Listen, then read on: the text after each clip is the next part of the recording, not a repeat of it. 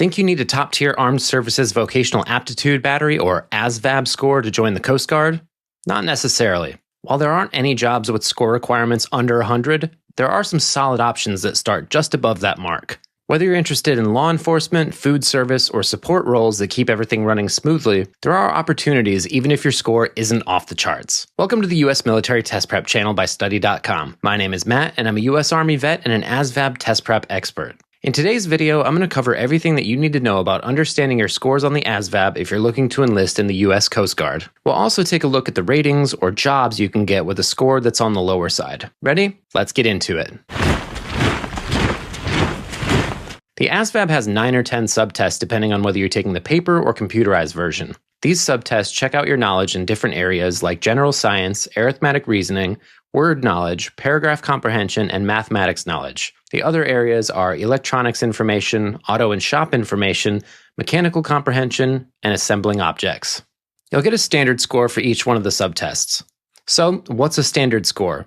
It's basically how you stack up against other people your age, specifically 18 to 23-year-olds in the US.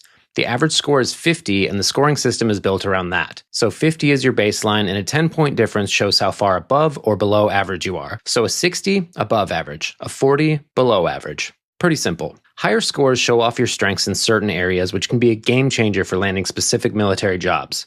You'll also get a percentile rank. This shows how your performance compares to others. For example, a percentile rank of 75 means that you scored better than 75% of standard test takers. Here's where it gets a bit more customized. Once you're eligible to enlist, the Coast Guard will use your ASVAB scores to determine what kind of jobs you're best suited for within the service. These jobs are determined using composite scores, also called line scores. These are created by combining your standard scores from various subtests that are relevant to specific military jobs. Each rating has a minimum composite score requirement in one or more areas. For example, a technical job would look at your math and science scores, while a mechanical role will care more about your understanding of mechanics and tools. Composite scores really dictate what jobs you qualify for, so they're worth paying attention to. Let's talk about a few ratings that have the lowest ASVAB score requirements in the Coast Guard. If your score is right around 100, you're looking at jobs like Maritime Enforcement Specialist. That's ME. It's a law enforcement role on the water, and it kicks off with a minimum score of 100.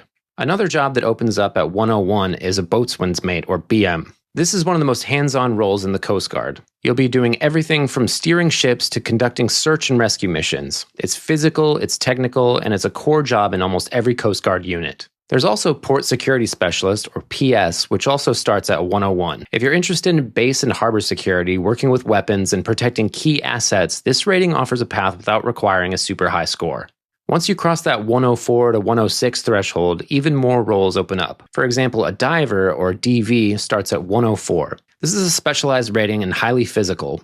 You'll be trained to inspect hulls, recover equipment, and perform underwater maintenance. Then you've got Culinary Specialist, or CS, and Food Service Specialist, or FS, that both start at 106. These aren't just cooks in the galley. They're mission-critical roles that fuel the crew, manage food supplies, and make sure operations run smoothly, especially on long deployments.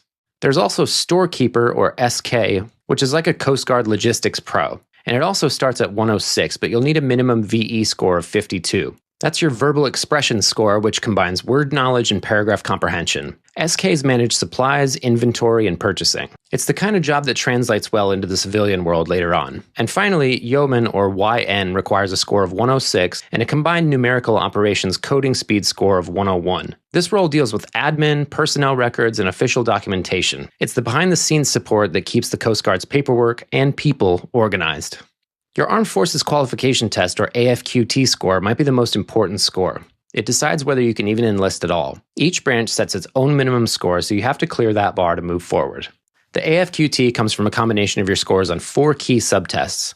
These subtests include arithmetic reasoning, which has basic math and word problems, and mathematics knowledge, which includes a variety of math concepts. The other 2 subtests are word knowledge, which tests vocabulary and word meanings, and paragraph comprehension, which measures how well you can understand written materials. Your AFQT score is a percentile ranking, meaning that if you score a 60, you did better than 60% of standard test takers. Each military branch sets its own standards. So now let's talk numbers and take a closer look at the minimum AFQT score you need to enlist in each branch of the military. You'll need a high school diploma or GED to qualify for any branch of the military. The required score varies, though, based on which one you have. If you've passed the GED exam, you'll need to aim for a score of at least 50.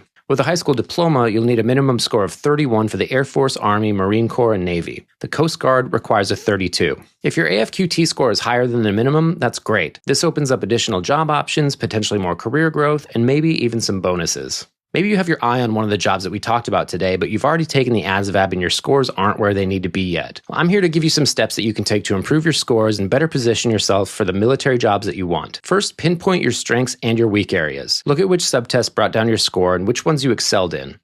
While it's important to address weaker areas to meet minimum requirements, excelling in your strong areas can help offset a lower score in other sections. This balance can improve your overall test outcome, especially for composite scores or percentile rankings. Next, study smarter. Spend more time on the sections that you struggled with. Using good study resources can really make a big difference. Study.com's ASVAB test prep resources can help with personalized plans and practice tests to get you on track. In fact, 92% of users pass the ASVAB after prepping with Study.com. Taking a practice test can really help you zero in on what you know and what you don't. Watch lessons to review the material that you're less confident in. If you feel like you know a topic well, do practice problems and quiz yourself. If you notice that you're missing a lot, go back and review the lesson and make sure that you really know the material.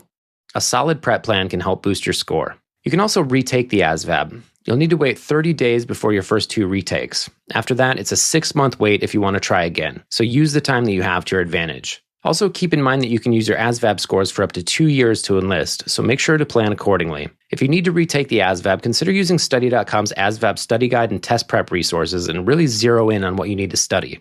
And remember, even if you don't get the score for the role that you wanted, there might be other military jobs that would be a good fit for you. The goal is to maximize your strengths. So, even if your ASVAB score is hovering just above 100, you've still got a shot at some great Coast Guard careers. These jobs are essential, respected, and often open the door to advancement and specialized training. The key is knowing what's available and matching your strengths to the rating that fits your goals.